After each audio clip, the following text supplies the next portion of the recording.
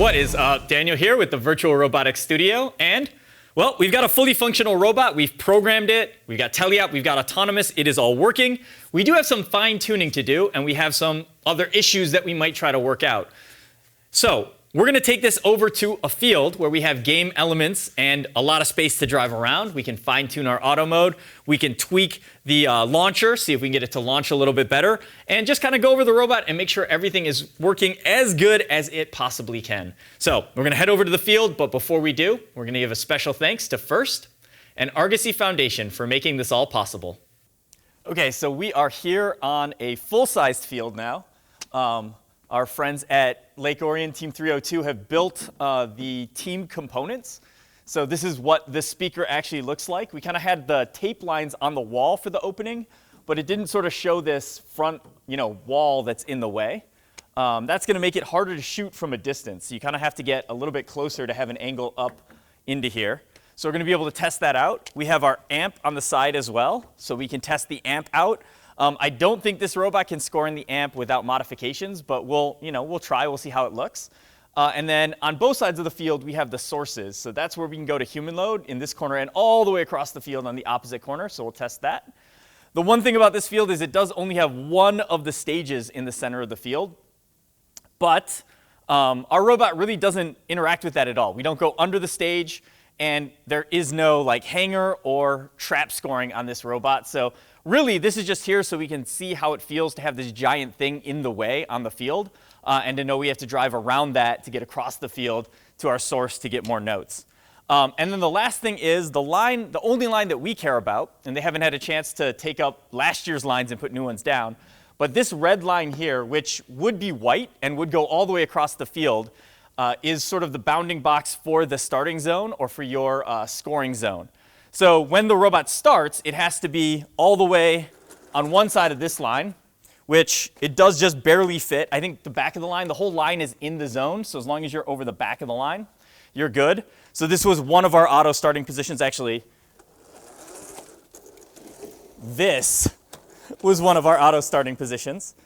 So we're up and ready to make the shot and then back up. So we're going to test that out, and we'll test shooting in the source. But so this line, if you're setting it up again on your field, from the wall to the front of the line is 74 1/8 inches, and then the back of the line is 76 1/8, because I think it's a 2-inch wide tape.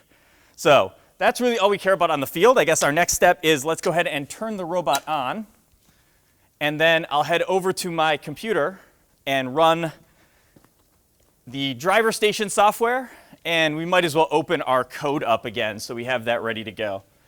So let's do our code. And so this is just open where I left off. And let's run our driver station.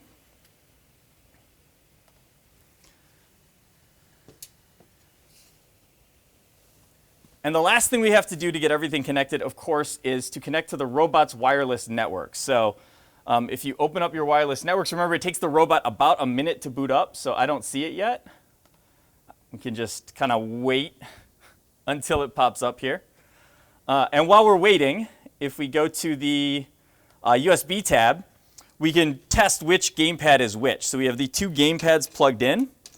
So this one right now is 0, because when I hit the button on it, the 0 flashes. This one then is 1, because when I hit buttons on it, the 1 flashes. What I'm going to do is actually take a piece of this tape, and I'm going to put it on 0. I guess I could label it if I still had the Sharpie, but I'm going to put this piece of tape on one of them. So I know this one is 0, which is for the driver to drive around, and then this one will be gamepad 1, which we can use to use the launcher and everything. All right, let's check that wireless network again. There it is. So find your team number, connect to that. If you have it set to connect automatically, that's good too. It will connect automatically. We can see everything here is green. We are connected. And then this has the code that we finished in the last video. So let's go ahead and go to Teleoperated, that first tab, and choose Enable. And we should be able to move the robot around. Let's give that a try. Yep, so I still have control backwards and forwards and turning. OK, and remember we had the 2 buttons on the side, so I can go into slow mode. Yep, so now that's full speed turning, which is a lot slower than if I hadn't done that. And then we have the other button to go back up to full speed mode. Then on our other controller, if you remember, the left bumper should suck that note into the robot. Perfect.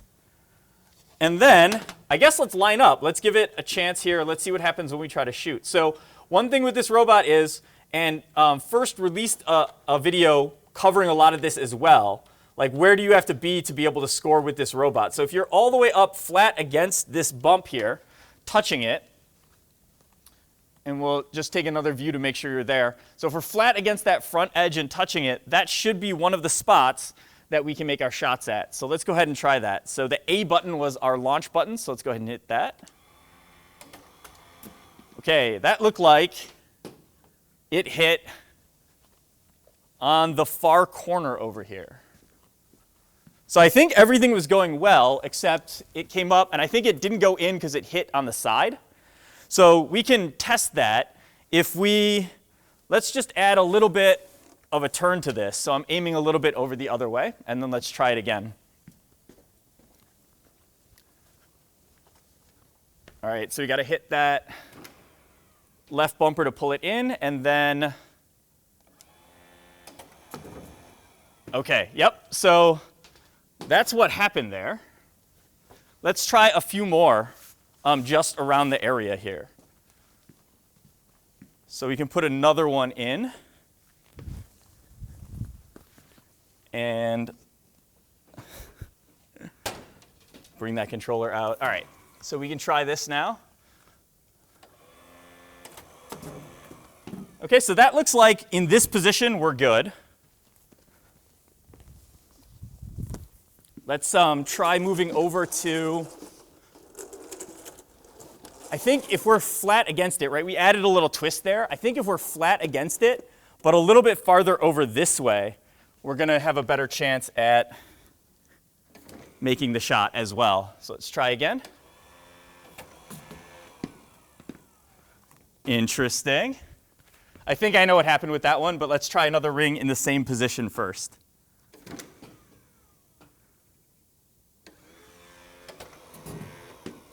Okay, so I did some testing. If you remember when we did our autonomous mode video, we had one ring that looked like it shot, and it didn't, I don't know, it looked like it went maybe to here and then fell down. And we were doing stuff, we were increasing the spool up time in autonomous so that we could get it to try to shoot a little farther. I did some testing, and I think what I found out is I have 3 rings. 2 of them always work. One of them sometimes, not always, but sometimes shoots a little bit softer. And that is the one that I had marked with little X's, and that's the one that just missed, that was just short. And I don't know for sure, but like if I feel the ring, it feels like it's nice and normal most of the places, but there's like a couple soft spots on it. Like right here I think is a very soft spot. And so I'm wondering if it hits that soft spot on the wheel or where it's trying to bend, it bends easier and we get less kind of, I don't know, reaction off the wheel to launch it. So I think that was 90% of our problem because these other 2 rings, we'll go ahead and try the other 2 rings here and make sure they both make it. We obviously made one shot. And I'm waiting in between testing for the wheel to stop spinning because I don't want it to be loading, going inward, and then immediately go full speed the other direction. So that's why I'm doing a little pause here. Oop, nope. Well, that one was a little bit low too. Interesting. Let's try again. Okay. In this case, I think it had enough power. I saw it go up, but then hit the top and bounce out. So we might be shooting a little bit too low. So it's hitting this too much and going straight up. If we aimed up a little bit, that might help us. So that's something we can try to adjust. And then there are some things we can try to adjust to make it launch just a little bit harder. I think there are some things we can do to the wheel to get a little bit more power out of it. Okay, so there are a few things that we can try to get a little bit more power out of the launcher, and then we'll look at changing the angle as well to see if that helps. So one of the things that you can do, you can experiment with the amount of compression. So there's sort of the distance between the note, between the wheel and our launcher rail here. And obviously if the launcher rail were bigger, it would crush the note down more. If it were smaller, it would crush it down less. If we moved it out, it would crush it down less.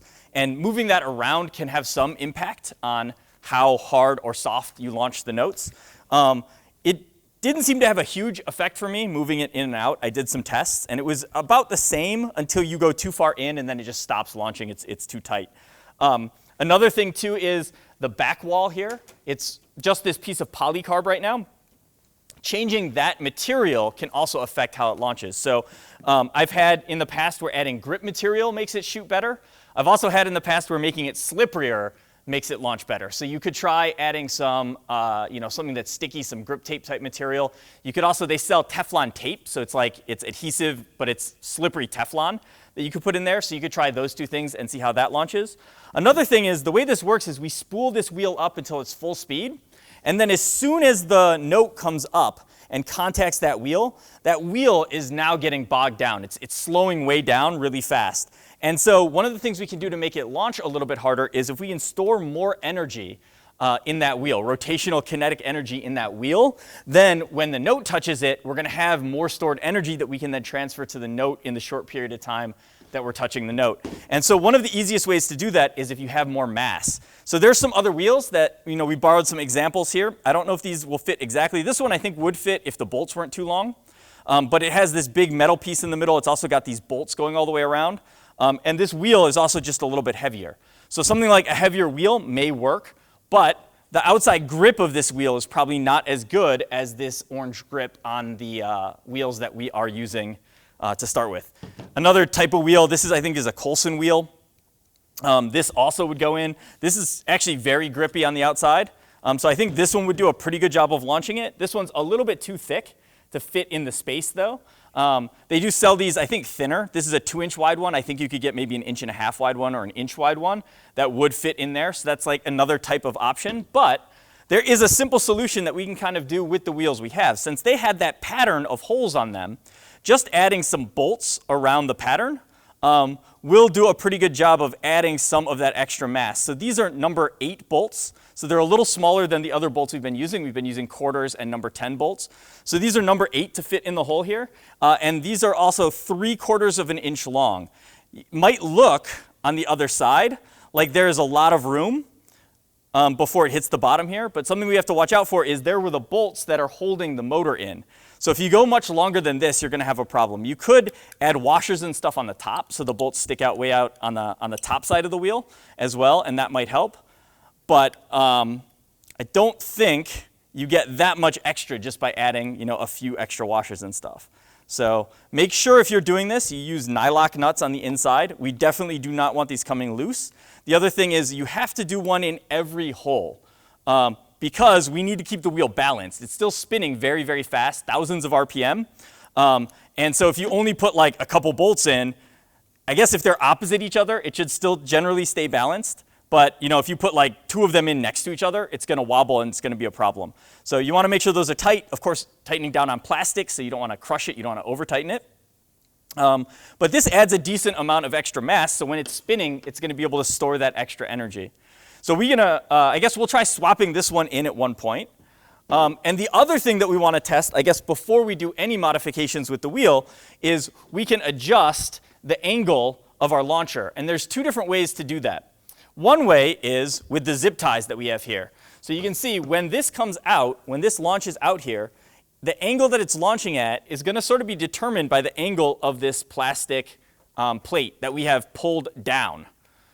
If I pull it down less, that should make it shoot a little higher. If I pull it down more, it'll shoot a little lower. And then at some point, you can pull it down so much that it just doesn't touch. And that's sort of the lowest angle you can get. So since we're shooting, I think, a little bit too low, let's go ahead and clip these zip ties.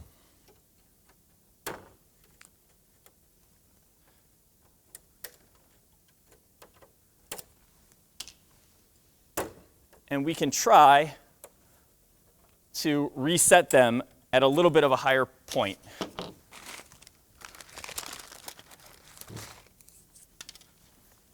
Okay, so again, it was up through our box here.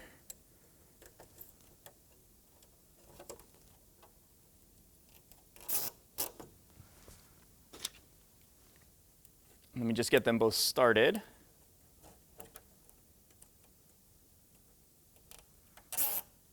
And the spec, when we were doing this, was that if you had a tape measure going straight up on this back wall, it should be 1 inch from the top of the back wall to the plastic. But because we're at the field now and we want to see, how things are working, what we can do is just sort of, I'm going to get it tensioned so it is pulling down a little bit, but I'm not really going to try to bend the plastic much. And then what we can do is let's just go ahead and try it. And then we can sort of slowly tighten these until it gets to where we want it to go. All right, so let me go ahead and move this table out of the way, and then we'll get the robot set back up, and we'll start launching some more nodes. OK, and of course, when I was working on the robot, I disabled it. We didn't, I think, show that, but I have to come back over here and re-enable the robot. OK, that was interesting. I don't know why it moved there, but let's go ahead and test our updated floor position here.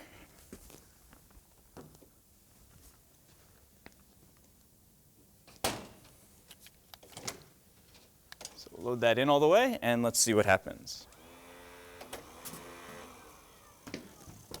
OK, that looks a little better. Let's try again. This is the one that sometimes shoots weakly. Let's see what happens.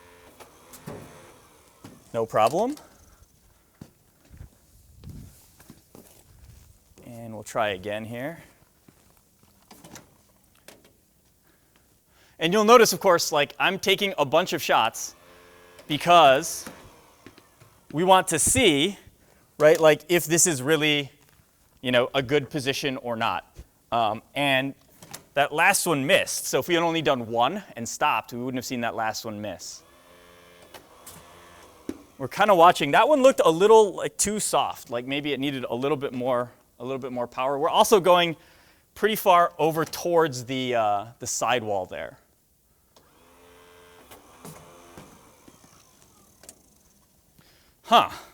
So we did 3 in a row that worked, or 2 in a row that worked, and then now they just don't go in at all. Interesting. Let's launch a few more.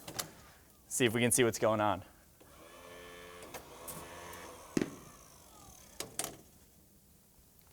So, OK. It looks like they're still kind of hitting a little bit. We can sort of see what's happening if we tip the robot a little bit. And so what I'm going to do is just grab something that I have. And I'm going to just put the robot on top of this.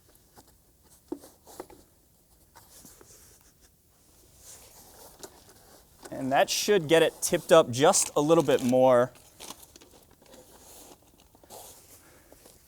than it was. So we're sort of adjusting the angle. We're tipping back a little bit more. Let's see if this does anything for us. OK, that seemed to help. Let's try again.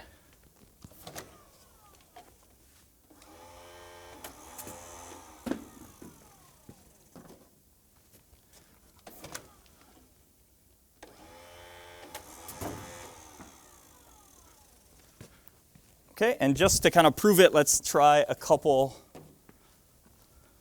more.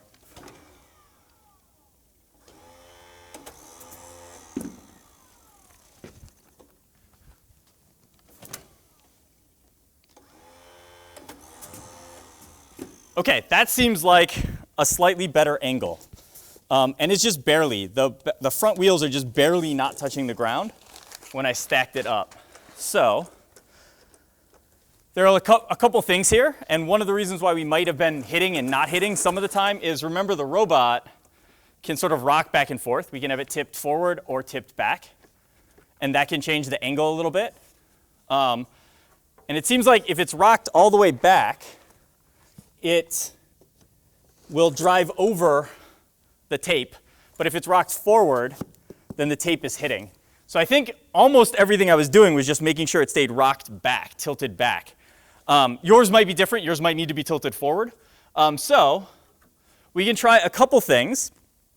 But the last possible option is to readjust how this is mounted. Remember when we were attaching this and we were taking the angle measurement? and then those bolt holes kind of dictated what angle the whole thing was at. Well, we might want to, remove those bolts and adjust the angle and then reattach it. That'll be the last sort of chance thing. One other thing we can try though is, it is still pulling down a little bit, so what happens if we just don't have any zip ties on here at all? Now this might be an issue when we go over to load at the source. But let's see what happens now when we pull in here.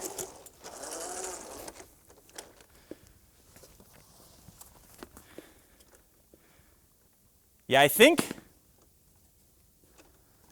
this robot is trying to tip forward a little bit.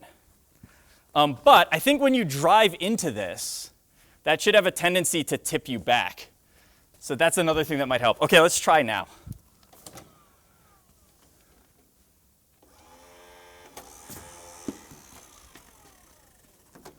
Okay, that did not help much.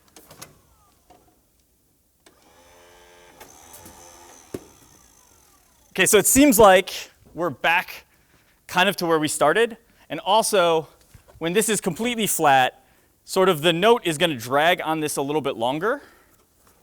And that may or may not be causing the note to slow down a little bit. Okay, so I think we want to put these back in. We'll leave them kind of loose.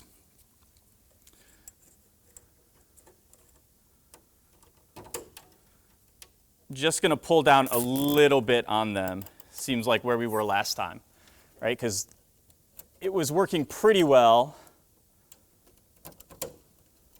before we really tightened them up much at all. Okay, then the next thing is, let's go ahead and try, if I grab another one of our batteries, I'm going to put the battery on the back to make sure that the robot stays tipped backwards.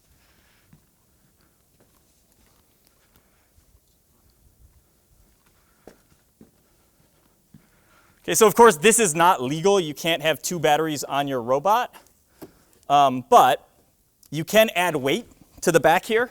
Also, there are extra systems that you can add on as well, but that battery now is making it so that it is for sure tipped back. And so let's see what happens now.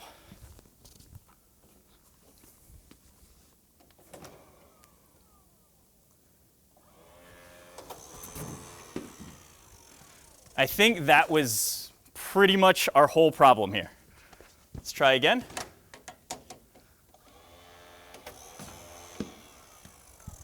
Maybe it wasn't our whole problem.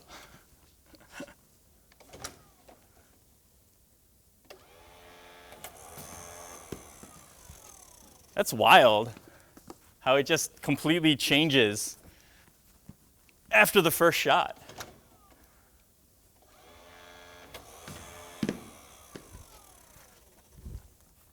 Okay, let's see. Next thing to try, I'm going to go ahead and turn the robot off. Let's go ahead and swap this wheel out with our other wheel that has the extra bolts in it so we can get a little bit extra power. And then if that doesn't get us where we want to go, then we'll look at adjusting the angle. Okay, so I think to change this wheel out, we have to take this one bolt off. And that should give us enough slack to be able to work on that wheel.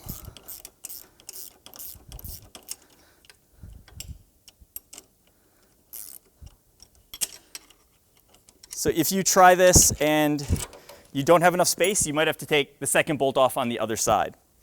And this has that push clip, retaining clip on there.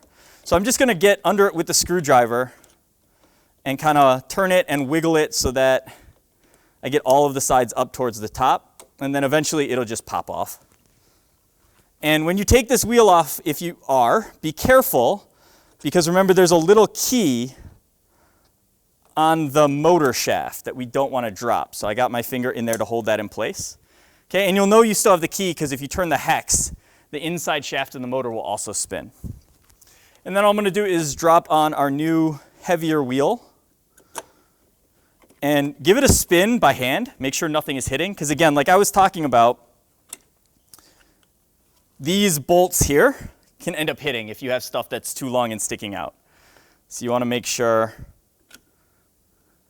not to do that. All right, and then we just have to put the retaining ring back on. Remember we did this with a socket before, But I think since I'm reusing this one, it's just a little bit looser, and I can kind of do it by hand. And then we just got to put this bolt back in.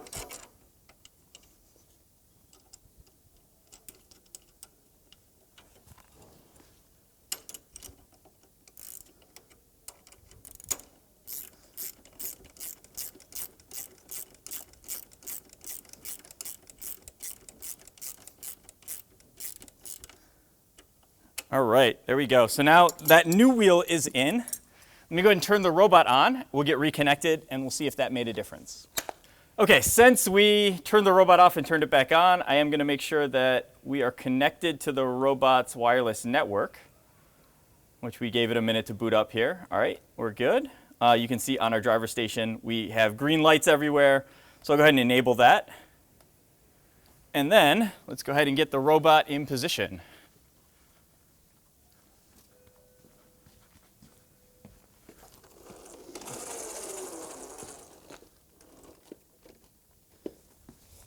So we're back about to where we were. Okay, and let's see what happens. Okay, that was good.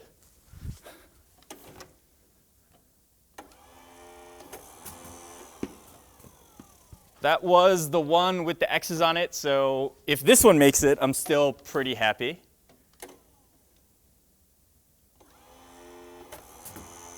Nope, okay, so even with a little bit of extra energy, the ability to shoot a little bit farther, we definitely are going to have to adjust our angle here. So we are going to want to tip the whole thing in a little bit. And there are a couple of issues with this. One is we may or may not be able to get these bolt holes to move a tiny bit and then re-drill them. Because we already kind of have a hole down there, and I don't know if there's enough room to put a second hole where we need it to go. So if you run into that problem, something that you can do is if you have like an angle bracket, you might be able to put an angle bracket on the side here, so you could attach that down onto the top of the robot and then have the other end to be a place for us to drill through. And actually what works really well as an angle bracket are those cutoffs. So these were the front and back of the robot that we cut off at the beginning. These actually, probably this way is the best, will line up with the holes that are already there. So we could bolt that right down without having to drill any more holes, and then that will give us some space on the side here to drill a new hole through. Obviously, this is way longer than it needs to be. I could probably cut this in half and it would work, and we could probably cut the top off of this as well. So those are a couple of options. Let's go ahead and turn the robot off though, and so we need to aim a little higher. Okay, so what I want to try doing, instead of just detaching it, reattaching it somewhere random, is let's adjust it, test it, and then know exactly where to attach it afterwards. So what I'm going to do is I'm going to take the bolts out on the end of the diagonal pieces here, and that's what's holding it kind of at this angle.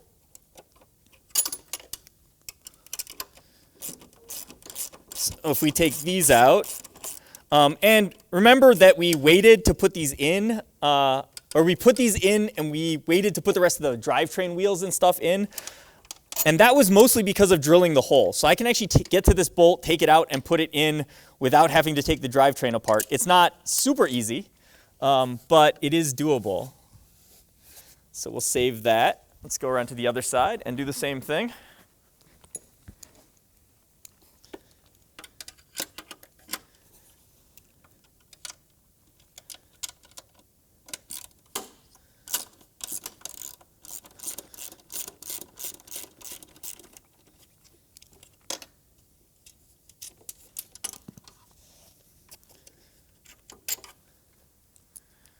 Okay, so now this is free.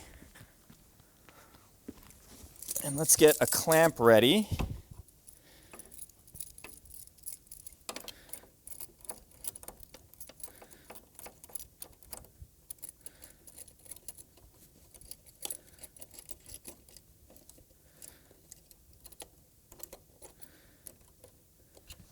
Okay, so I want to push this in a little bit from where it was. So I can sort of see where the hole would have been.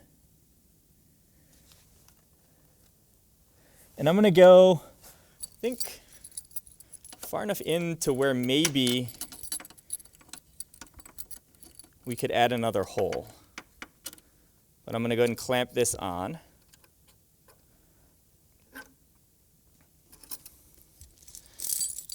And then I will guess at the other side as well. Try to get it into about the same spot.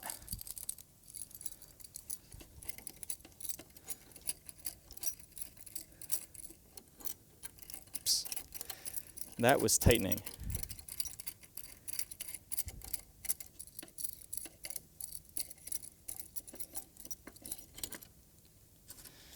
Okay, so it's kind of pushed in just a little bit.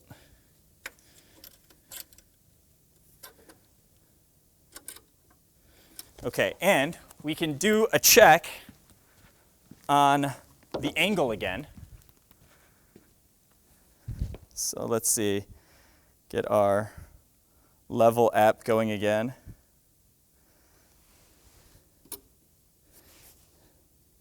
So that is now 56. This side is, so this is 55.8, this is 56.3. So let's move this one just a little bit more. So they're the same. And then we'll go ahead and power it up and test it here.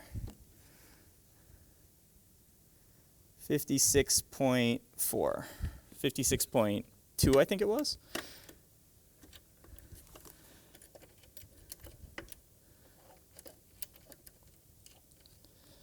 I think this should be pretty level.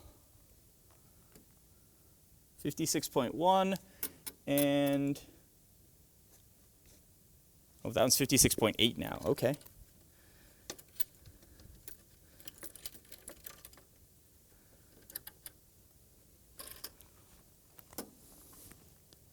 That is now 56.8 and 57. Okay, that's probably close enough for us to test. Okay, so we're kind of still in the good spot here, parked. We'll make sure it's tipped back, which it mostly is when you drive it in. And let me go enable the robot.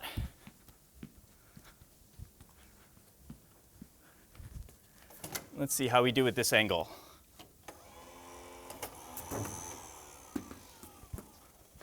That was definitely higher. Let's try again.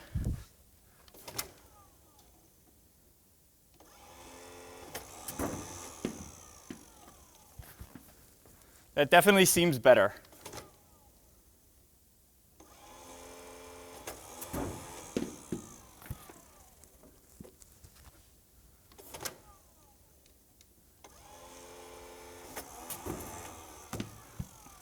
Which one was that? That was the one that sometimes shoots a little too soft. So I'm not going to worry too much about it. Let's give it another try, though. Okay, that was the same one that I think is a weird ring. Let's check these other ones and see if they keep working.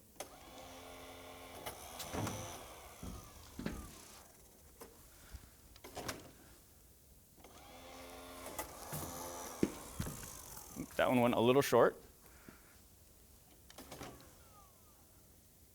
Make sure the wheel stops all the way. There we go. I might have launched that one before the wheel stopped spinning all the way, because the second time it was not even close to a problem. Yeah. Okay. So this looks like a good angle. This looks like where we want to attach it. So now what we have to do is see if there's room to drill another hole, or if we have to use that extra angle. I think there might just be room to drill an extra hole. But either way, let's get this up on a table so it's a little bit easier to work on. All right, we're back on a table to make it a little easier to work. First thing, I got to take the bumpers off. So we'll go ahead and undo these wing nuts everywhere.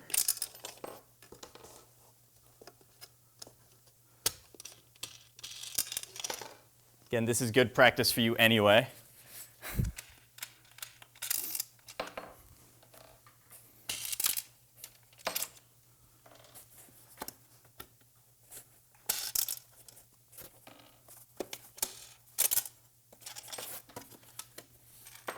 should be able to lift the whole bumper off now. Looks good. All right, and then, like we said, we have kind of two options here to fix this. We can use the angle brackets, but if we can just drill another hole, if we've moved enough to just drill another hole, that might be the easiest solution. So let's go ahead and see if we can do that. I'm gonna kind of like try to look just in from the side to see where that hole is ending up. And I think I can see just clear daylight here. I can see the whole metal box sticking behind it on that side. And this side looks close to the edge, but I think we're okay. So that means because we shifted it enough, we have room to drill a new hole. That's the easiest way to go about doing that. So that's what we're gonna do. Again, if you can't do a new hole, or you drill too many holes and they don't work, then you have that angle trick that we talked about on the side. But unfortunately, to drill a new hole, we have to take off the whole outside set of rails to get to where we have to drill. So let's go ahead and get to work on that. So that is these bolts in the corners.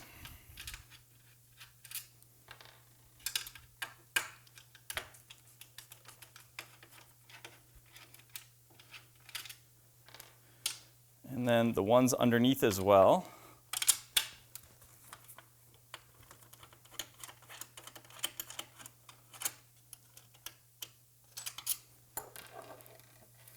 Make sure I don't lose any of them.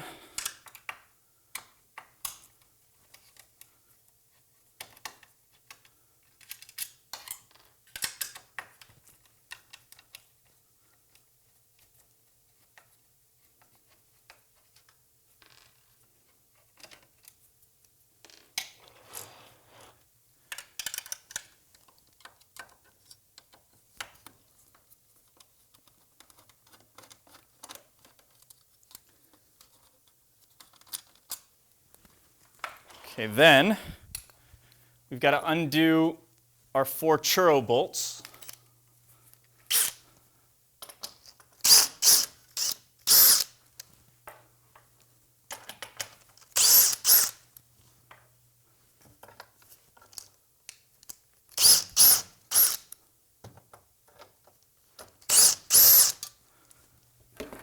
And then finally, we have to loosen these wheel bolts up. Let me grab.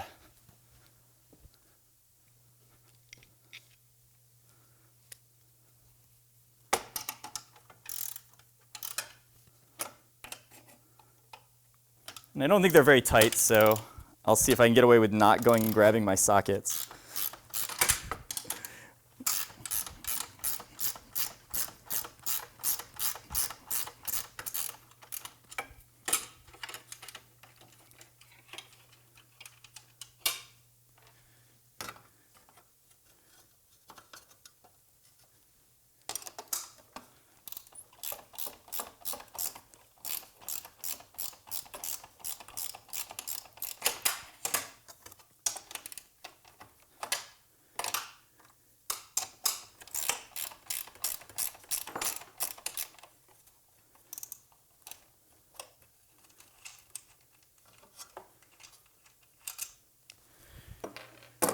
Okay, and when we pull these out,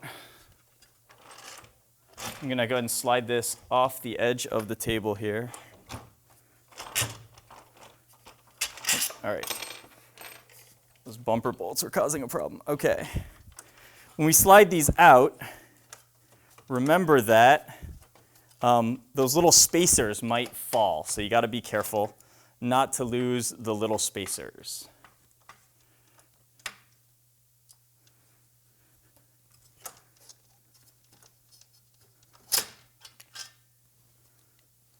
Okay, and then the other wheel here.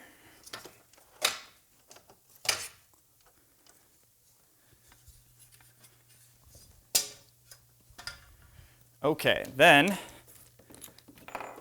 switch it up to a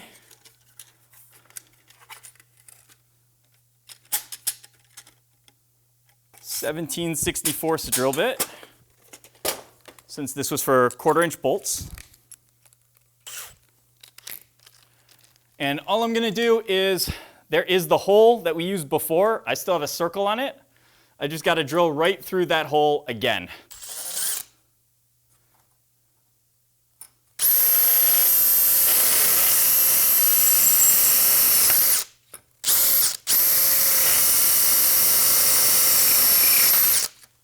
Okay, and probably we should cover the robot here. But I think we didn't make too much of a mess. All right, I'm going to use a big drill bit to deburr.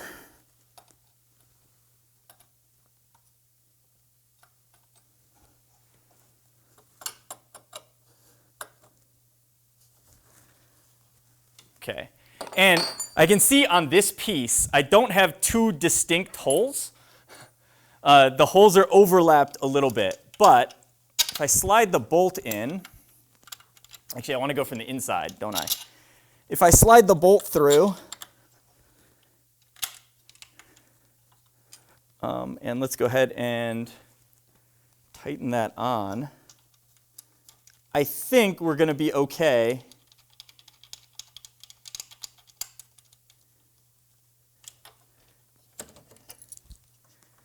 Oh yeah, yep.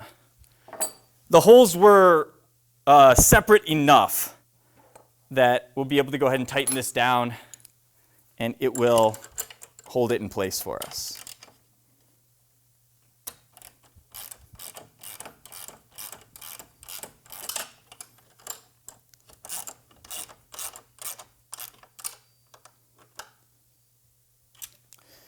Okay, that looks good.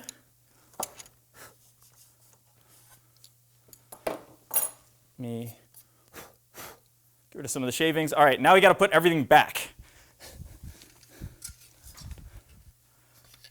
So that was a lot of work for. Remember, the belt goes under the churro.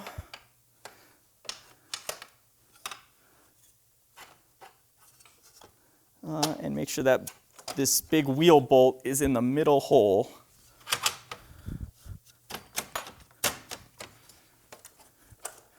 That one looks good. And then this was the hard one.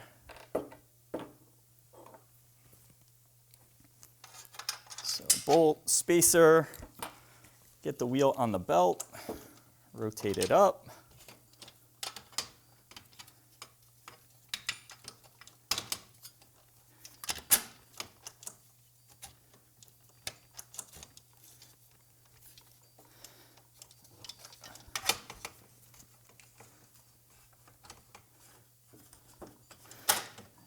Okay, that was the wheel that was tight before.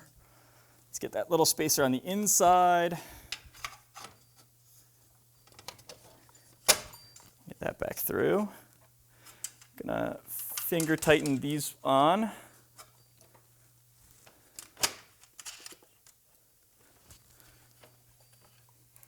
Okay, and then let's get all the corner bolts started just like we did it, I don't know how many videos ago.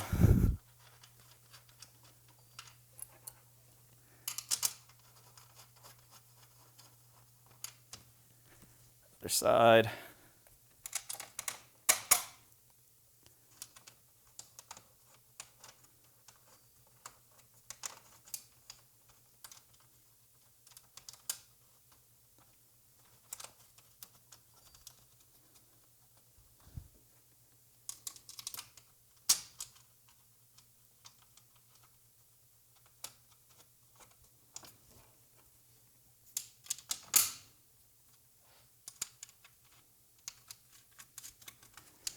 All right, now that those are all in, let's go ahead and drive those quarter 20 churro bolts back into place.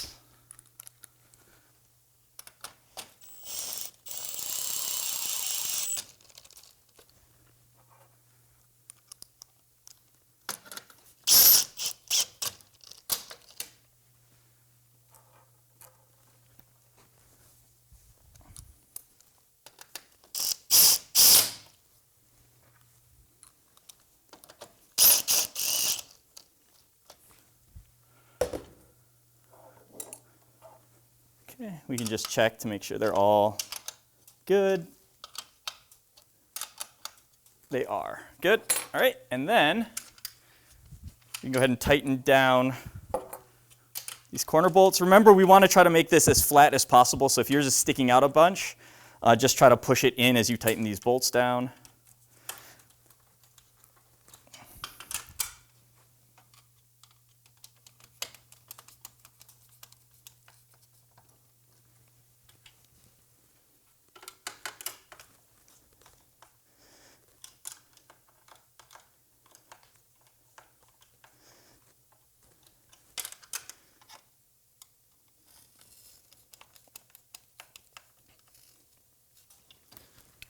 Okay, and then last but not least, we are going to tighten our drive bolts back in.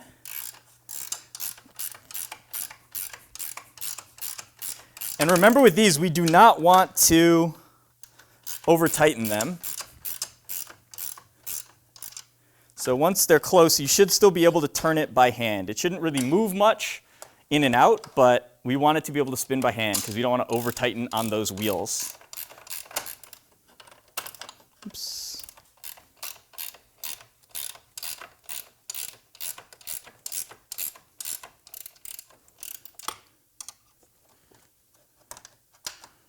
We got a couple more on this one. Okay, that looks good. All right, so this side is done. Double check that your wheels still spin. Everything looks good. All right, so now we got to do the same thing on the other side. All right, we are back on the field. Bumpers back on. I always recommend having the bumpers on when you're testing because, first of all, like our positioning against this, I guess this is the base, right? But against this structure here is dependent on our bumpers. So if you didn't have the bumpers on, you wouldn't be able to place it quite so accurately. All right, and don't forget, we still have this little bit of rock. So that's something else that you might want to work out. If we drive up into it, I think that does tip us back more than forwards, so we'll make sure we're there. And we already reconnected the computer. Remember, you have to get on the correct wireless network, get on your robot's wireless network, and we are enabled. So let's go ahead and see if this robot shoots a little better now. Okay.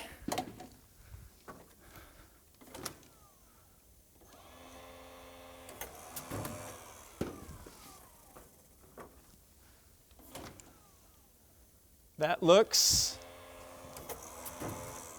pretty good. That looks much better. So what I can see is instead of hitting, we were hitting kind of low before, so the ring would sort of go straight up and then fall out. Now we're hitting, but we're hitting up here. So it's still hitting and bouncing up, but it's going in every time. So that adjustment seems like it worked. On to our next test, and this is one where we might have to adjust the plastic a little bit lower. But what we want to do now is we want to see if we can. Well, actually, I guess before we leave here, let's try launching from a couple of different angles as well. So now that we know straight on how to do it, what if we were on this side?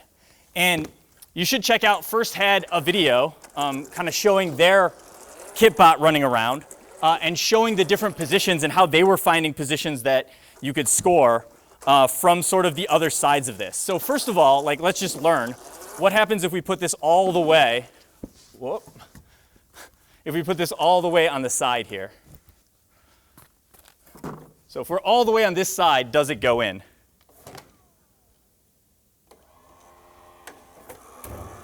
Not at all. So you can see launching straight. Another thing too is like when we launch stuff, it does seem like it curves a little bit this direction. So when we're on this side, in order to make it, we definitely are going to have to rotate out a little bit. But here's one of the questions is if we rotate this way, and we're completely past the corner, can we still like get it to go in or not? Or do we have to move over to be a little bit more straight on? So let's give that a test. Okay, yep, so that works. And I think if we're even farther over, does it still work? This is a pretty tight angle here. And we're gonna have to be turned a little bit because of that curve, I think. So let's see what happens. Yeah, so I think this is too far in order to make the shot. So it looks like at most for this setup, for this field, if the bumper is sort of like at the corner and then we're tipped back the right amount, it goes in.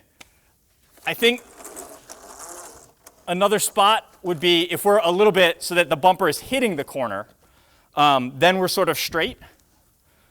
Or we're sort of a little bit more straight on, right? Like if we're out here when it hits. And I have to be a little careful because there's not actually something there that would hit the bumper. In the real one, there will be. So something like this. Let's see. Yeah, so that's good. So really, it looks like in order to have the shot from the side, what you want to do is get your corner close to this corner. And then you're going to have to turn to adjust so you have the alignment correct. This can be kind of tough, though, because you'll be standing like in one of these driver stations trying to see it. If you're in this one, you should be able to see kind of this triangle here that we're making and make that adjustment. But if you're all the way on the other side, it's going to be hard. So that's one of the reasons why almost the biggest thing you can do once you get your robot up and working is tune it in, make sure it's working correctly, but then you got to drive a lot. You got to practice, practice, practice. All right, so we saw that side. Let's see what happens if we want to launch from the other side of this thing.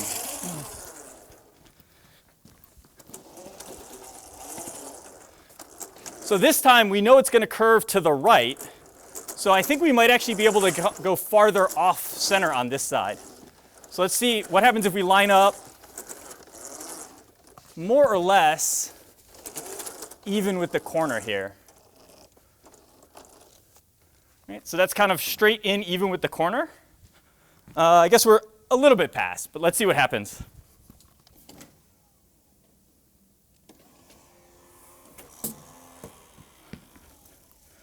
That looked like that shot way softer than the others. And that is my ring with the X's on it. So before I move anything, let's try one of these other ones.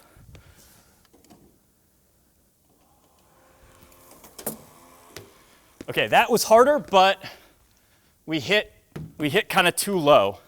So we need more space. So again, if we tip out a little bit, what's going to happen?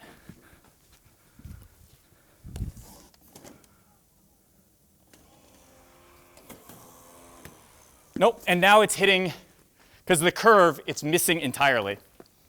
So I don't think we can shoot flat on this side. I think we're going to have to move over a decent amount.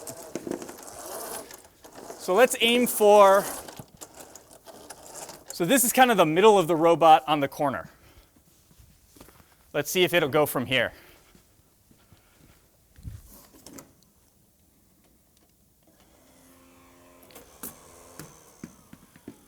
I think we're close. We got to turn a little bit more this way.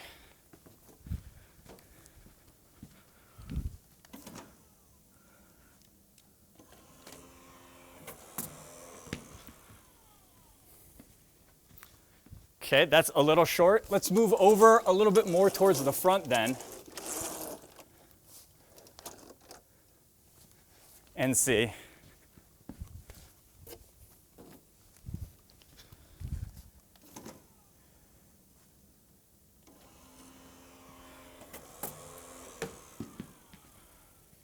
Okay, that's close.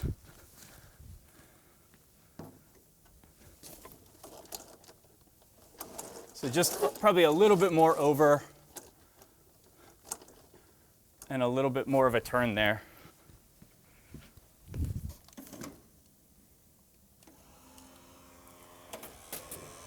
Oof.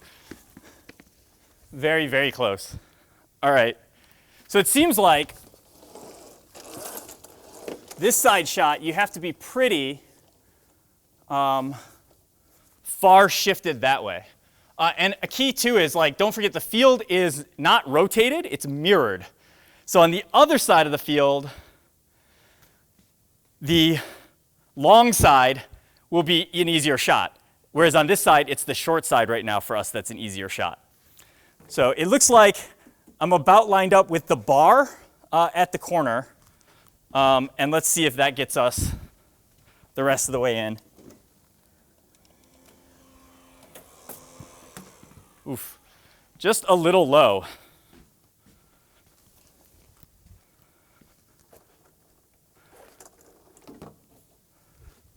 Which I wonder, if we are launching low, can we just back up in order to fix that a little bit? I think so, but we also have to aim.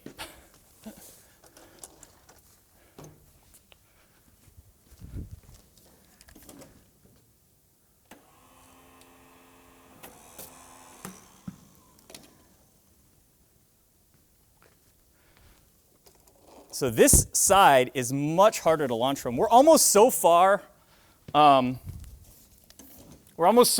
the middle that it wouldn't really necessarily help to launch from here. Yeah, so like we can do it, but we're very far this way blocking stuff. So that's something to practice, but again, I mean, like if we're in this position, it's not really leaving the center spot open for our partners, right? And that's kind of the way to think about this is when you come up, obviously we know for this robot, if you're sort of like lined up on the, on this edge, that's a great shot for us. That shot goes in pretty much all the time. But what does that do? That leaves space on this edge for somebody, and it leaves a little bit of space on this edge. But where we just were to launch from the, from this side, we were like here, which I don't think leaves really enough space for, maybe it just barely leaves enough space for another robot to get in. It would leave enough space for a robot on that other edge, though, to do it. So that's just something to think about. When you're working with your partners, right, it's going to be 3-on-3. There will be times when 2 or potentially 3 robots are all approaching at the same time trying to line up for a shot. So that's why I would practice not just the easy one, which is, flat, a little bit shifted that way, a little bit shifted to the right, but also practice some of these harder to line up shots. So if you have to, take an alternative position to help your partners out, you can.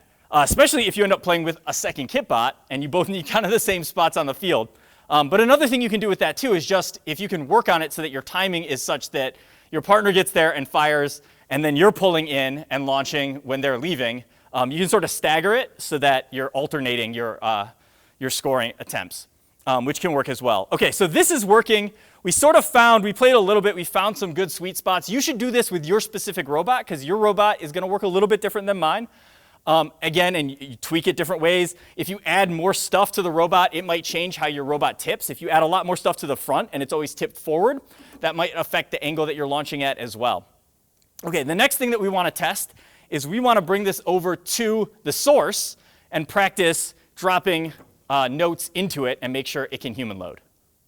Okay, we are now over at the source. Now, we're at the same source as the side that we were testing launching at. That's not going to be where you would go during a match. So if you're launching on one side of the field, your source is going to be all the way across the field on the other side, actually diagonally across the field, so almost as far away as you can get. But because my computer's set up over here and our cameras are set up over here and they're the same, we're going to test loading from our source on this side. Now, this one doesn't have some things. There's going to be some more wall here blocking stuff off. And I think the sections are separate. So when you feed stuff in, you sort of have to choose which of the spots you're going to feed it in through. That said, all you have to do to load is you lay it on the thing and let go, and it drops down. And if the wheel's running, it should, right, that does hit the wheel, that should bring it in. So let's go ahead and try that. I'll go back around behind here. You also want to make sure you are flat all the way up and touching here. So let's go ahead and we'll hit our loading button. Let's go ahead and enable the robot. Then we'll go ahead and hit our loading button. And so this should just drop right in. Perfect. And we can, I guess, get rid of it to try again. Okay, so one more time. And again, just like when we were launching, I'm not just going to trust one try. We're going to make sure it goes in again.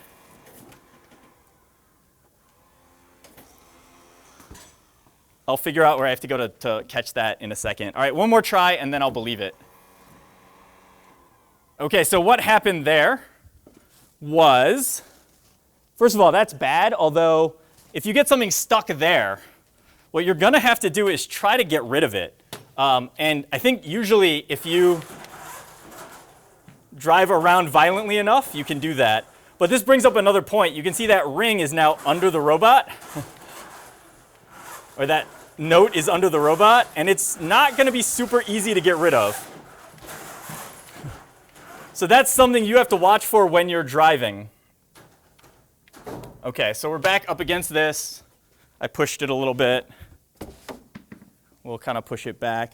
That's not completely flat this time. So I think what happened last time when I dropped it was I dropped it on a little bit, instead of having it nice and flat, I had it up a little bit. But let's see what happens when we're on a little bit of an angle and we go to try to drop it. So nice and flat. Okay, and that's what I was saying.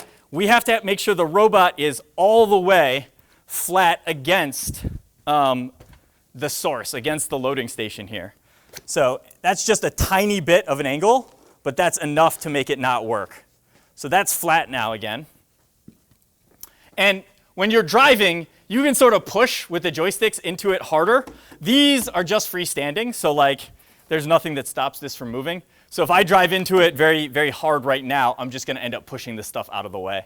All right, so let's do it one more time. Loading is on. This is nice and flat. Get it lined up, and in it goes. All right, if yours is not going in during these tests, one of the things that you might see is when bringing it in, if it bounces off the plastic, if it bounces off of this, first of all, make sure you're in all the way and flat. But if it still is always hitting that plastic, you need to tighten your zip ties a couple clicks. Do it a couple clicks, like 1 or 2 clicks on each side. Try again. If it's still hitting, another 1 click on each side until it clears like that.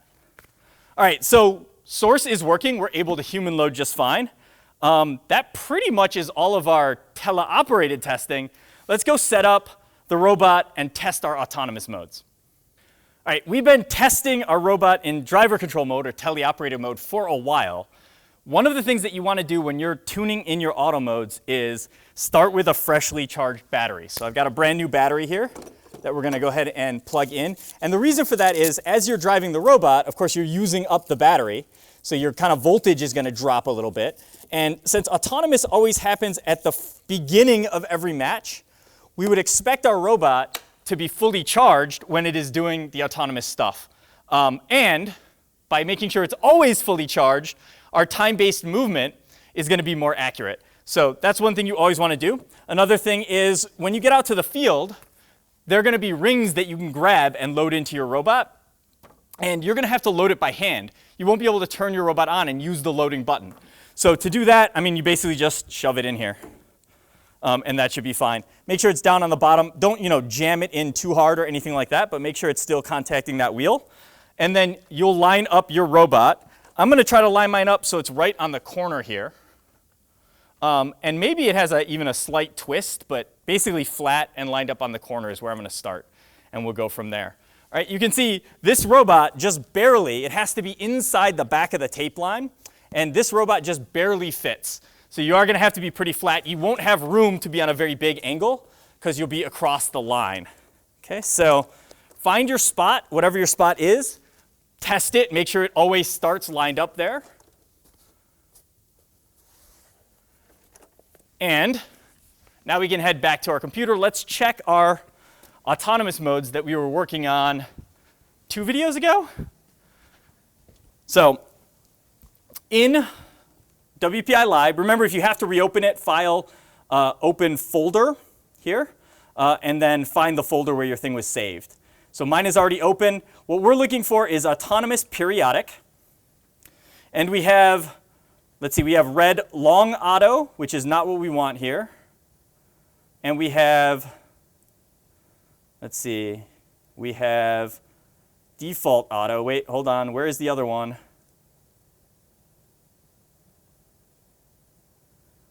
Here, case speaker middle. So we're looking for case speaker middle. So this is one where we start right in front, launch the note, and back up. There's a few things that we can change right off the bat. So if you remember, we increased our spool up time for our launcher to 3 seconds here because it was kind of not working right. And I think, again, that was because the one note occasionally fires much shorter than the others. So we can reduce this back down if you want. So you can make this back down to 1 or 1.5 seconds. And then we could go through and adjust everything else. But instead of adjusting this first, let's run it and see what happens. Okay, so this is the code that's already on our robot. So let's just go over to our robot. Remember, we have this smart dashboard.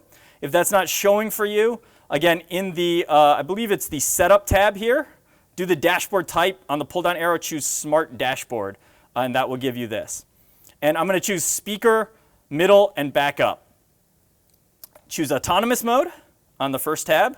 And then we're going to enable. And what we should see is the robot should back up, should spool up the launching wheel for 3 seconds. Then it should launch. Then after about 2 seconds, it should start backing up and hopefully just cross the line and stop. Let's see what happens. All right, and I have enabled. No, I have not enabled. I don't have robot communication. Let me check the wireless network. You can see if communication is red here, make sure you're connected to the network. It's weird, even though it auto connects, I still have to open this menu to get it to connect, so who knows. All right, now we're ready. Autonomous and enable. So 1, 2, 3, launch, and then back up. Okay, everything worked except we missed this shot. Let's disable the robot. And we'll line it up and try again. I couldn't really see from where I was what happened, so.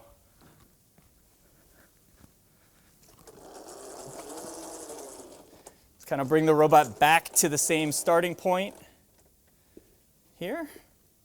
And we'll feed the note in.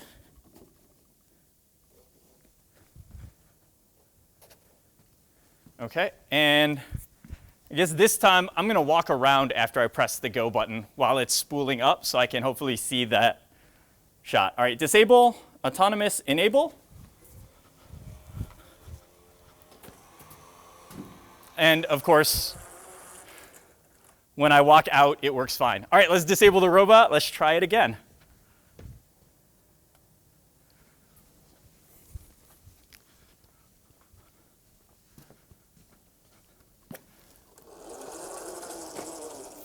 So I think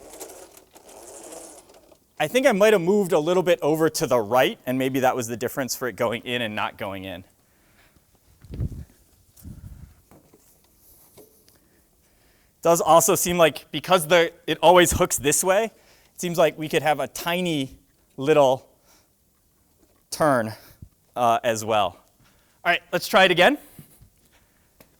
Just because it worked once, I mean, really we're just 1 and 1. We succeeded once and failed once, so got to try it at least one more time. All right, enable.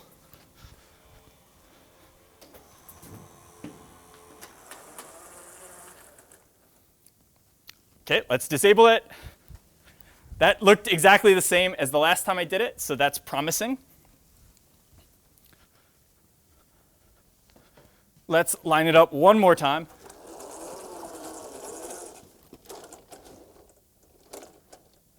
So I think we're a little bit farther over. Like that, with a little bit of a turn.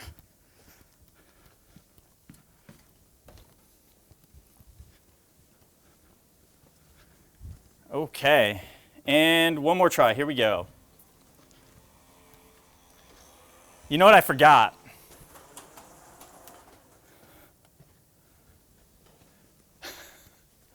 This is a good lesson because if you go out to the field, we'll pretend like I did this on purpose.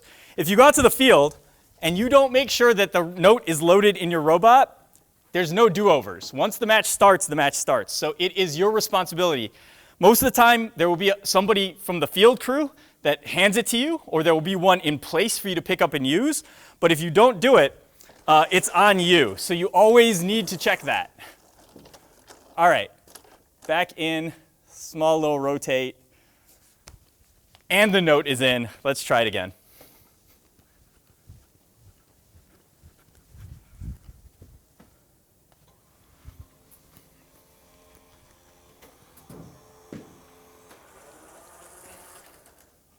Okay, disable the robot. That one I think is working. So we hit 3 in a row except for the time I didn't put anything in it. The backup is always working. We're always crossing the line. The next autonomous that we want to test is our default auto, which is, just do nothing, just back up across the line. So this one, right, we would start like out of everybody's way, off on the side of the field. And then we're going to try to just back up over the line.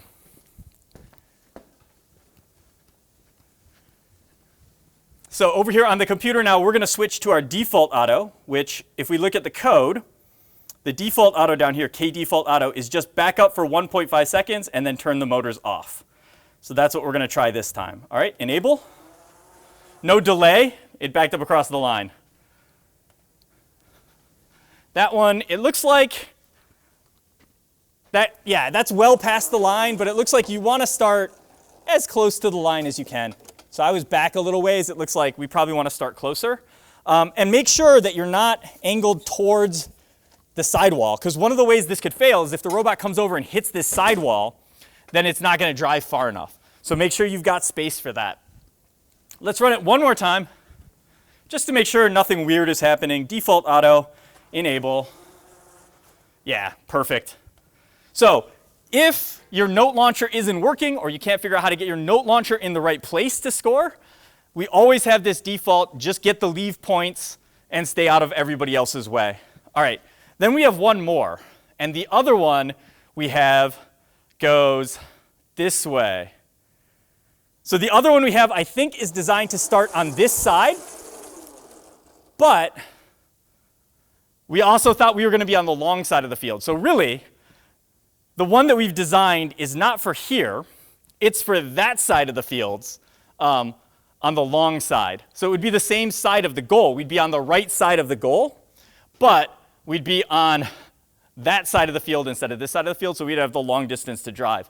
So this is why I was saying, I think when we were setting up our autonomous mode, you probably want to have one for here, and then on the other side, you're going to want one for the center, which is the same one, so that's cool. But you're going to need the mirrored one so that you can be on, it looks like we always want to be on this side. Because this side, if you remember when we were launching, was much easier of a shot for us to hit. That side was almost impossible. So our ideal two starting positions in auto mode should be front and center or off to this side. Now, there are extra rings on the floor behind here, and so that might play into what position you have to start in. Your partners may need to start in other places, especially if they're going to pick up additional pieces off the ground. But let's go ahead and line up on this side. I think our shot was like we were sort of into the corner and then back, so there's a little bit of a triangle shape here. I am going to not forget the ring this time, or a note, so it's loaded. All right, and let's go back and look at our code here. And what I see is this very first one, our long one here, is K red long auto. We really want this to be the short auto for it to work. And let's see, so it's all of this.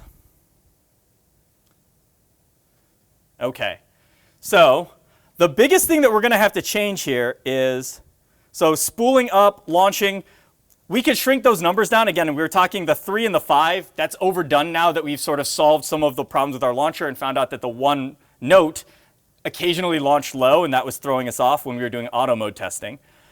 But this one is a problem. Oh, this is not backup. Okay, hold on. Let's work through this. So spool up, launch. This time, instead of backup over the line, we're just backing up a little bit to be ready to turn. So back up to get ready to turn. Then our next step is turn. And then our last step is, well, our next step is back up over the line.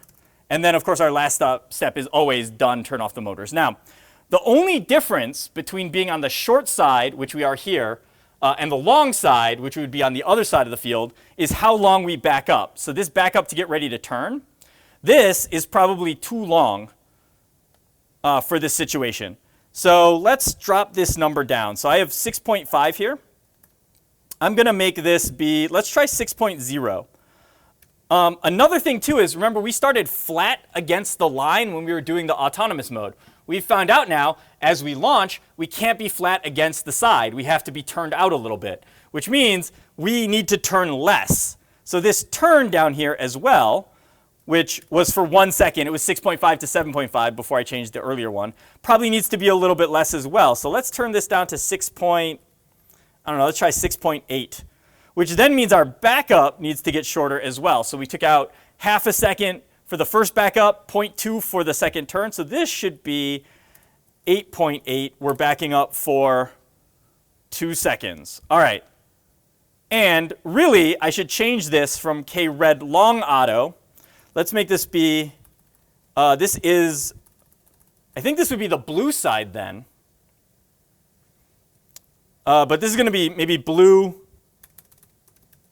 short. Now, of course, because we changed the name here, we have to scroll up until we get to robot init, where we're adding our options, and we have k red long. We're co-opting our red long to be, of course, you could have copied and pasted and created a new auto, right, like we talked about before. But this is blue short auto. Blue short auto, blue short auto. And then we have to scroll up more to right here in public class robot extends time to robot, where all our private stuffs are. And we'll change it one more time to k short, k blue short auto.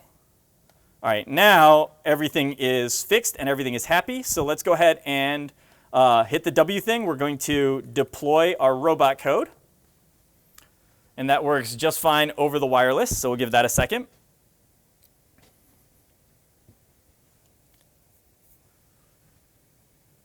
And this one, we're probably going to have more time where we're going to have to tweak stuff. Because I don't even know if my starting position is good. So we'll probably end up having to kind of rebuild all of these steps. And then what I would suggest is once you're done building all of these steps and you have it working, then you can make the other side. You could do a blue long. Even though that first shot is very hard, it still might be worth trying it. And you might also just decide that, hey, if we never make the shot, hold on to the note, and as soon as driver control starts, right, like just back up across the line in auto, then as soon as driver control starts, you can drive back up and take the shot. But remember, if you hit it in auto, it's worth 5 points. If you hit it in driver control, it's only worth 2. So we definitely want to try to make the shot if possible. All right, we're going to try our, oh, I forgot one more thing in the code.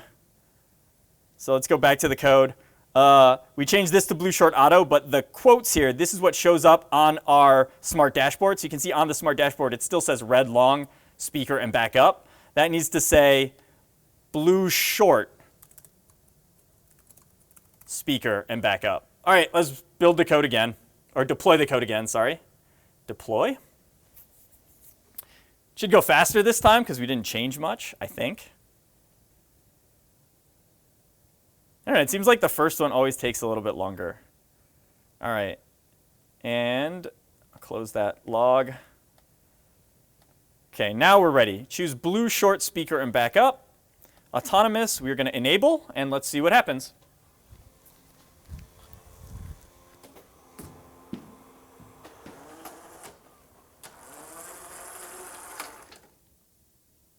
Not too bad, not too bad. So let me disable the robot first, just so we can be safe.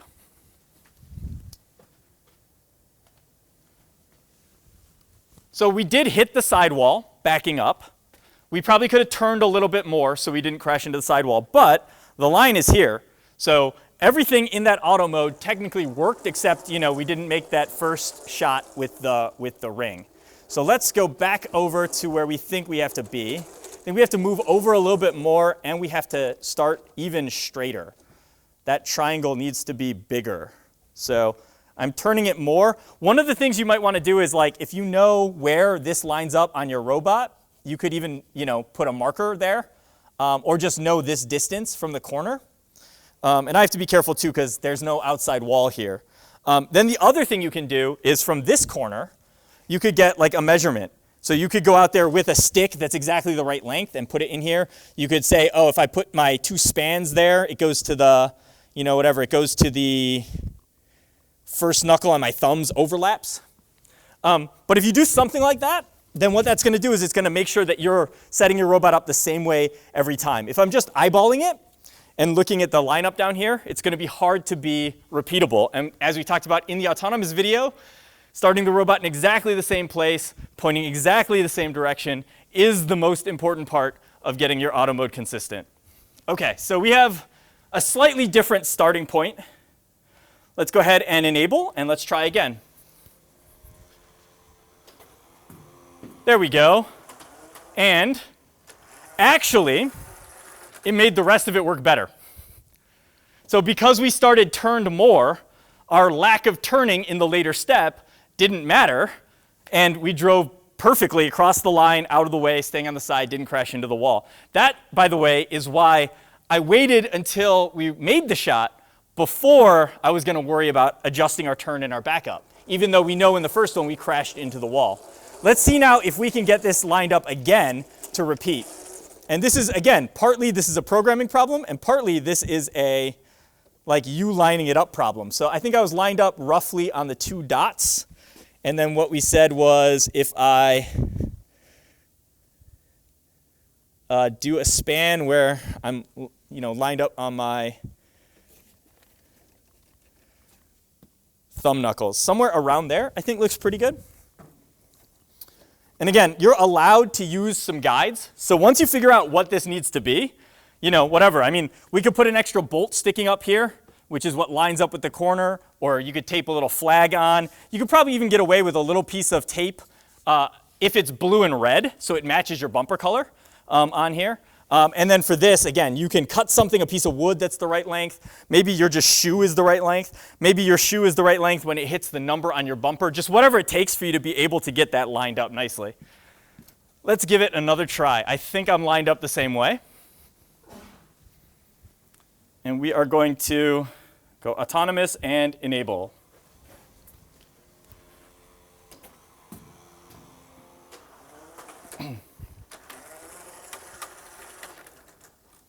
Yep, 2 for 2 after our changes. Let's go ahead and try one more time. And if we can get it to go this time, then I'm gonna believe.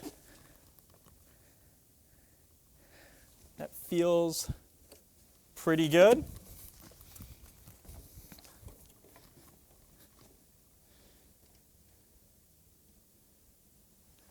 Okay.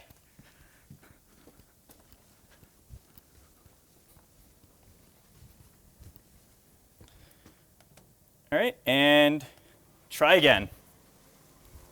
All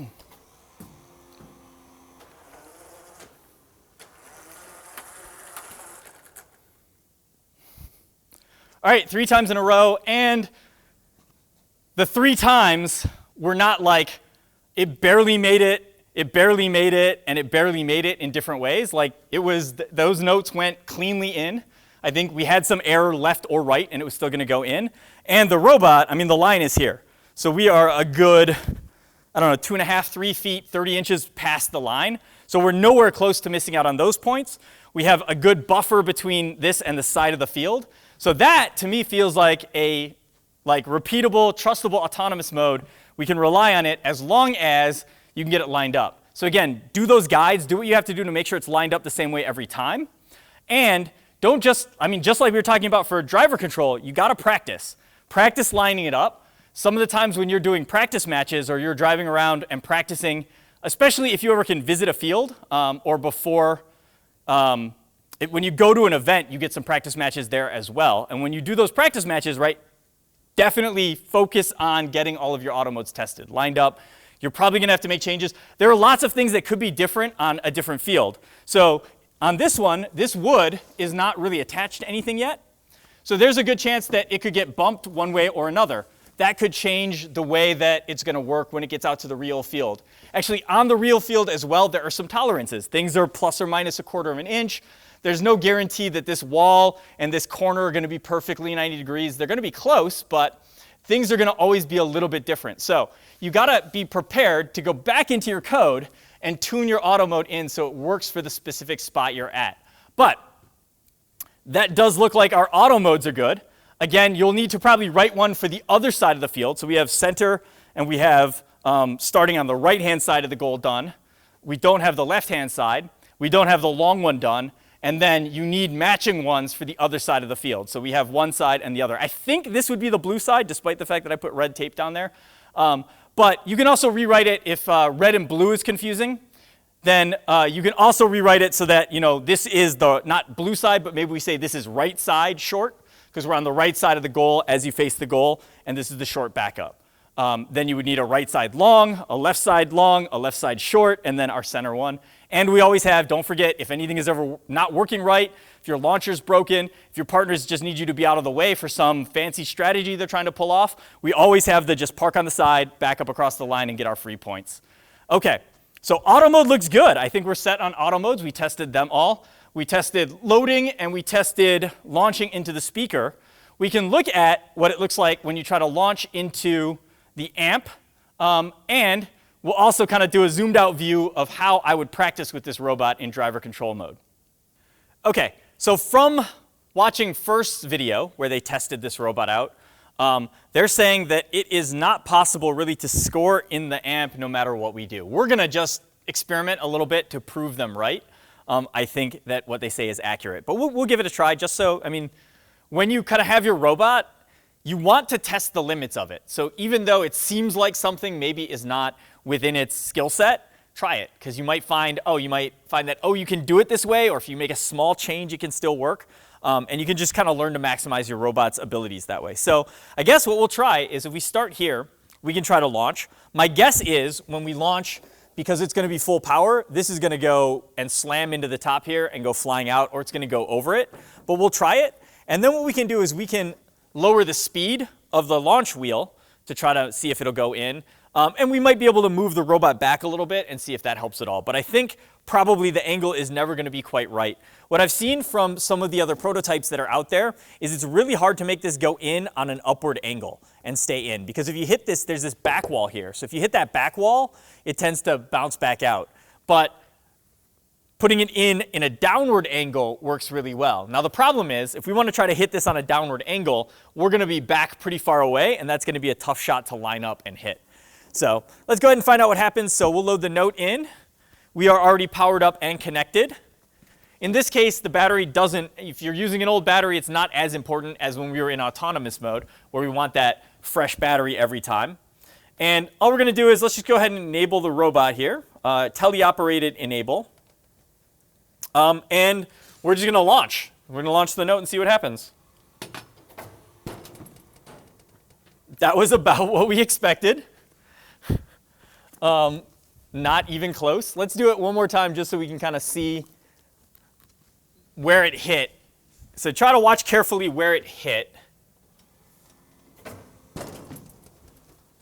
So I think it hit above this. It wasn't even low enough to make that shot. I'm going to take this opportunity, though, and point out once again, I think we mentioned this at least once before, if not more. If this happens to you during a match, if you can't drive the robot and shake to get this note to fall off of your robot, you cannot pick another one up. If you pick another one up, that's a penalty. So it is very important. One of the most important things that you can do is to add more stuff to the robot. If you're going to build maybe something else on the back here, build that first. But when you're done, you're going to want to cover all of these areas of the robot with something that doesn't let the note get stuck there. All right, our next thing that we want to try is if we, let's try staying here. Let's try changing the speed.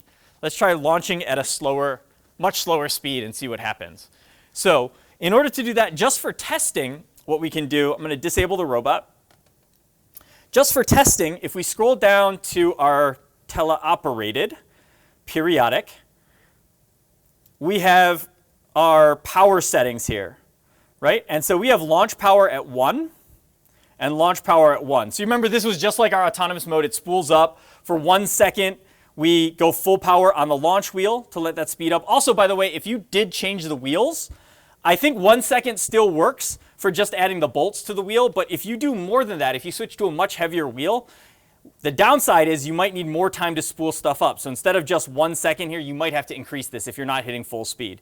Remember, the sort of hack way to get around it is if you double tap the A button, the first time you hit it, it starts spooling up. When you hit it again, it resets the timer. So you can actually tap the A button and the wheel will just turn on and stay spinning at full speed until you stop tapping it, and then 1 second after your last tap is when it will launch. So you can always double tap that if it looks like your stuff is launching a little low during the match as an attempt to get it to launch a little bit higher, or make sure the wheel is spooled up all the way.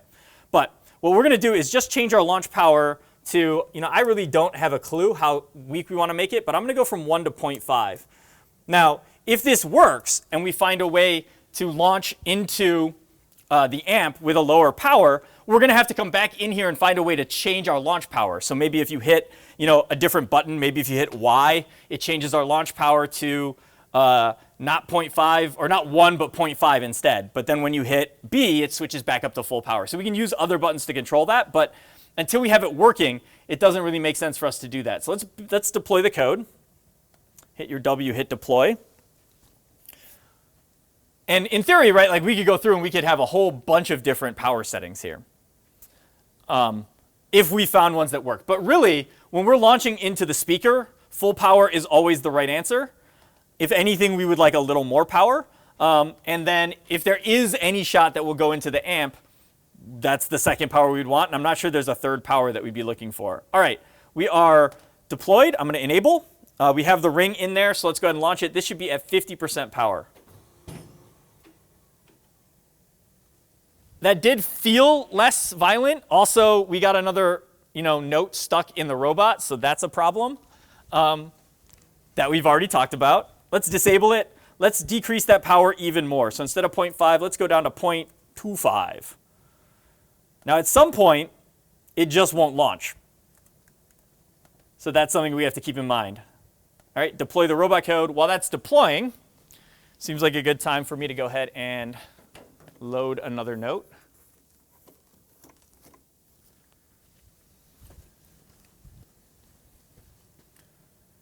All right, let's give this a try. Teleoperated, enable, and launch.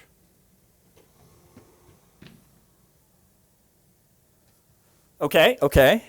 Still shot a little too hard. We can change one more thing, which is when we're launching, the feeder motor is still going at full power, so we can slow that down as well. Maybe make that one half power. It was still launching too hard, so let's lower these down even more. Let's try 0.15. And we're going to deploy. And while it's deploying, we'll go get the robot ready.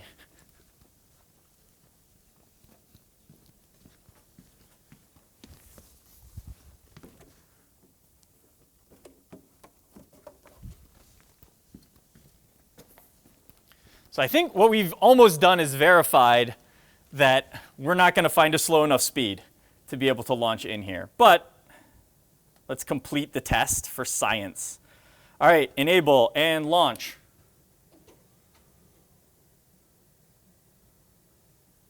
Well, that was slow enough to go in, but it didn't actually drop in. I wonder if, can we sort of like, nope. I was wondering if we could try to bounce it up and in. Okay, so we went too little power. Let's try going back to 0.2. We'll go ahead and deploy that. And then while it's deploying, we'll reline the robot up.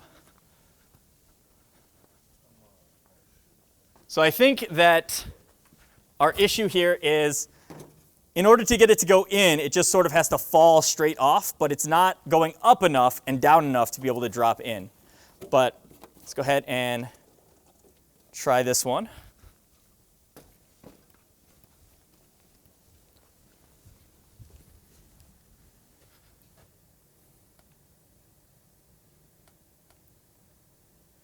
Enable, and let's try to launch. Nope, okay. So let's see, the bottom of the note did not quite clear. Let's try one more thing then, which is what happens if we back up a little bit. So if we try from back here, we can turn the power up potentially, and we'll see if we can get that to drop in.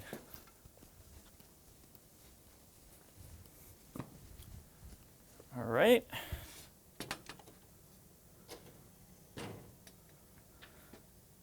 Okay, so we can try turning our power back up a little bit. Let's try the feeder back up to 1. And our wheels back up to 0.25.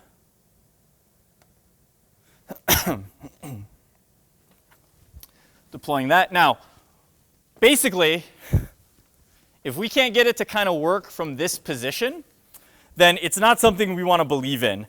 I think it is possible that when we use the full power launch, it goes up a lot, right? Because it gets up to the speaker. So there is the possibility that if we launch from like way back here, it might go up speaker height and come down into that area. Or even if it stays vertical, maybe it comes down into that area. But the thing is, if you have to be 10 feet away and you have to be lined up perfectly and you have to be the exact right distance away from this thing in order for it to launch in, like, yeah, maybe it works, but there's no point. You're never going to be able to do that during a match effectively. So this is kind of like, I'm willing to back up a little bit, but if this doesn't seem like it has a chance, then I think we will have validated first testing, and we can say this is not something that we can do without modifying the robot. All right, let's give it one more try here. All right, well, we missed to the side, so we can give it another try. We can definitely give it another try. So we'll just we'll turn it a little bit and see what happens.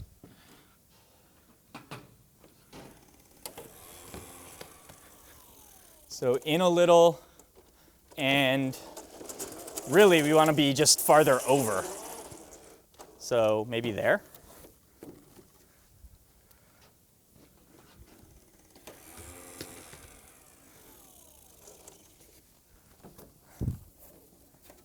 All right, we'll give it a couple more attempts, but it's not looking good. I mean, that was pretty good. It did hit just barely on the top. So maybe if we're just a tiny bit farther away.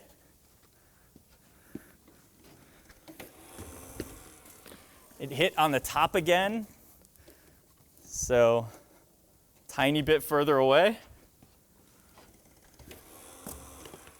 And now it's too low on the bottom. So if me moving the robot, like that was what, like 2 inches back, is the difference between having a chance of making it? Yeah, so like we hit the top, I move it back an inch, and last time it missed below.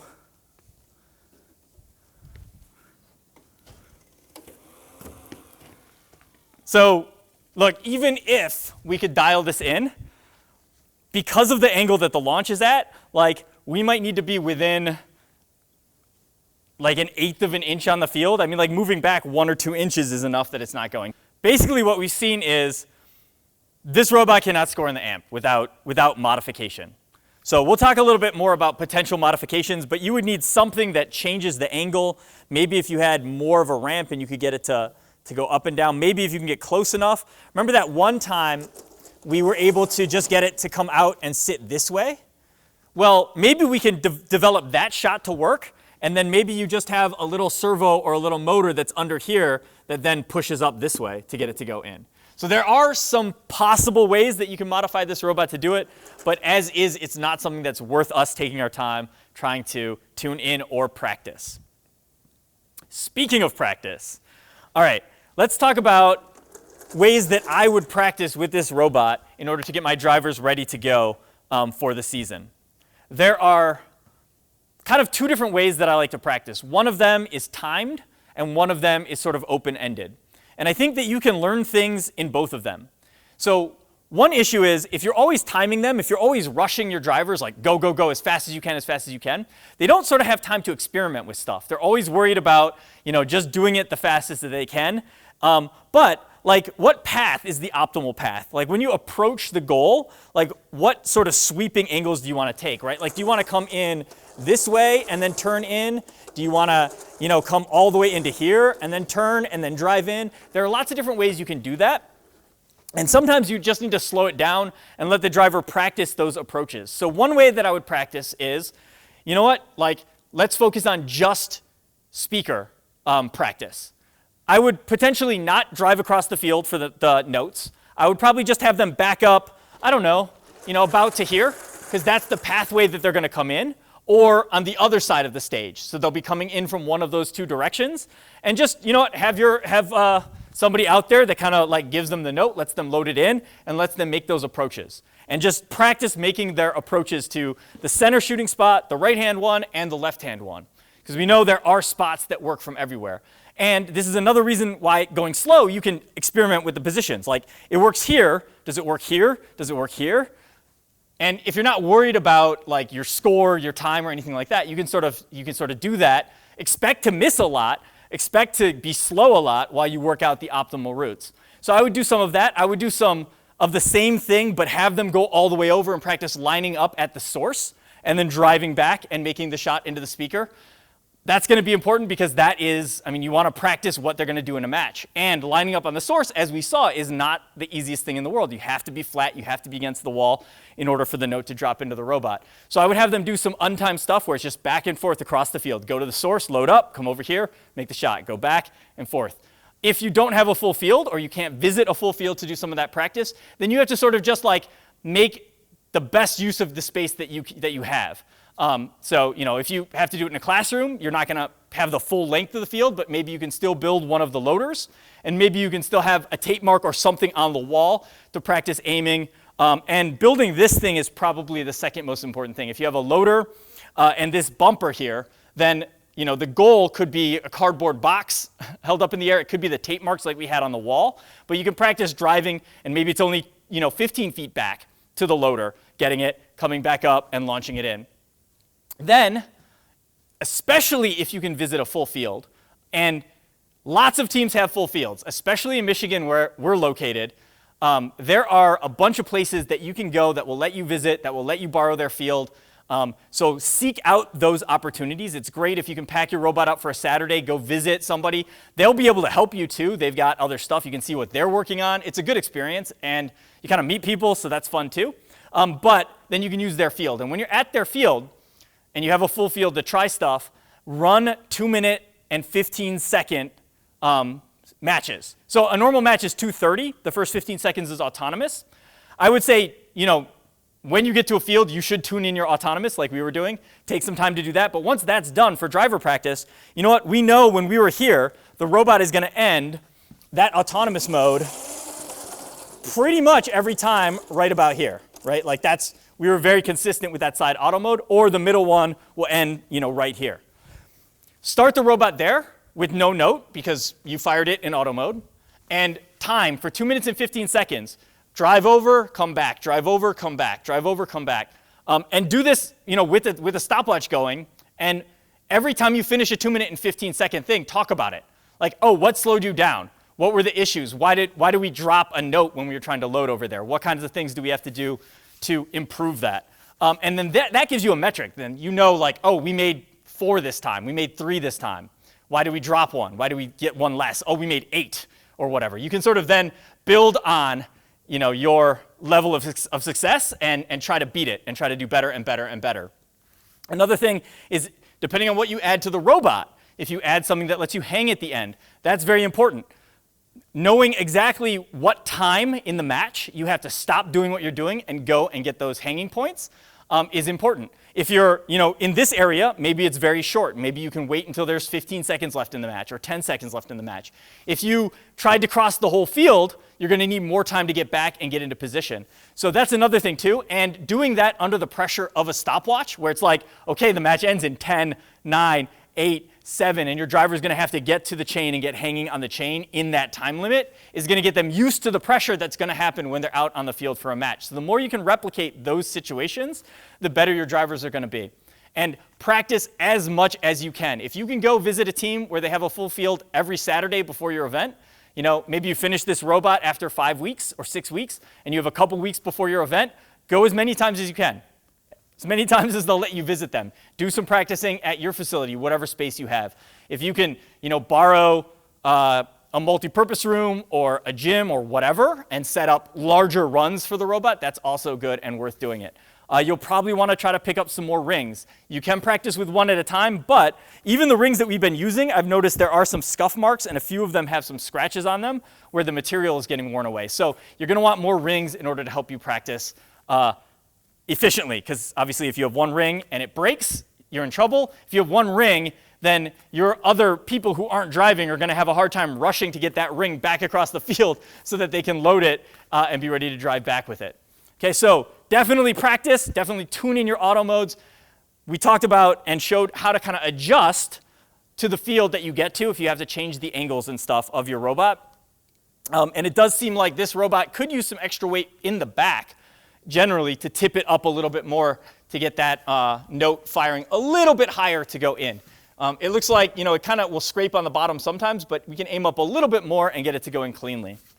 All right, the last thing we're going to talk about is on this robot, this was designed to be a very simple starting point robot for you. So this robot, right out of the box, if you build everything that's here, right, you can drive, you can play defense, we can obviously score in the speaker, we can score in autonomous mode and back up, we can load from the source, from the human player, dropping them in.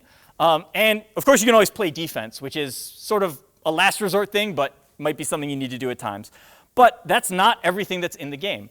We talked about the amp and things that maybe you could find a way to score the amp. There are notes that start on the floor. And there will be some teams that are out there trying to floor load notes. So you can pick them up off the floor so you don't have to drive all the way across the field. That's really big in autonomous mode. So in autonomous mode, if you can get more notes and score them, they're worth 5 points apiece. And there are some on the floor pretty close by. So if you go for floor loading, the biggest benefit is being able to score some of those extra points in autonomous mode. Now, I think floor loading is pretty hard to add to this particular robot, so that's not where I would start.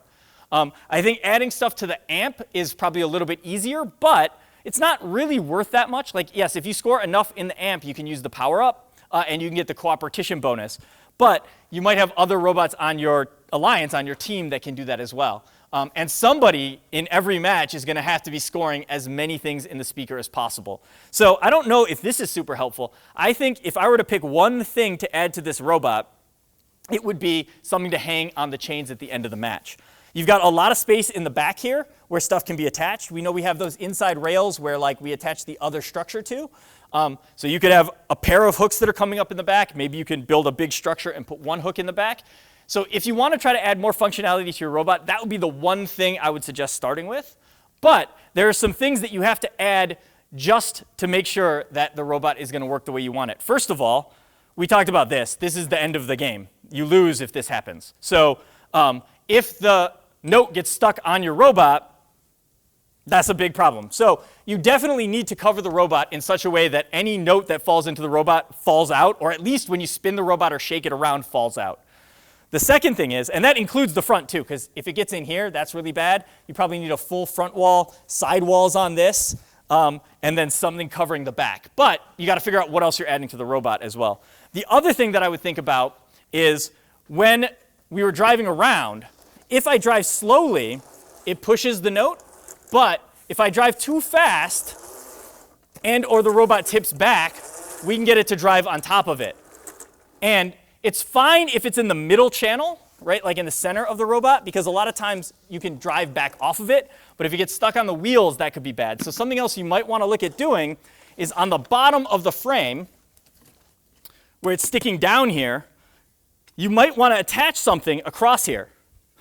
So if we attached another bar or some pieces of wood or some kind of wall here on the front and back of the robot, then there would be more there to catch to push the note away from the robot. So that's something else that I would look into adding on your robot. So the other thing to be aware of is, on our center stage here, there are the chains that you can hang on. We talked about that. I think that's, again, the first thing I would add functionally to the robot.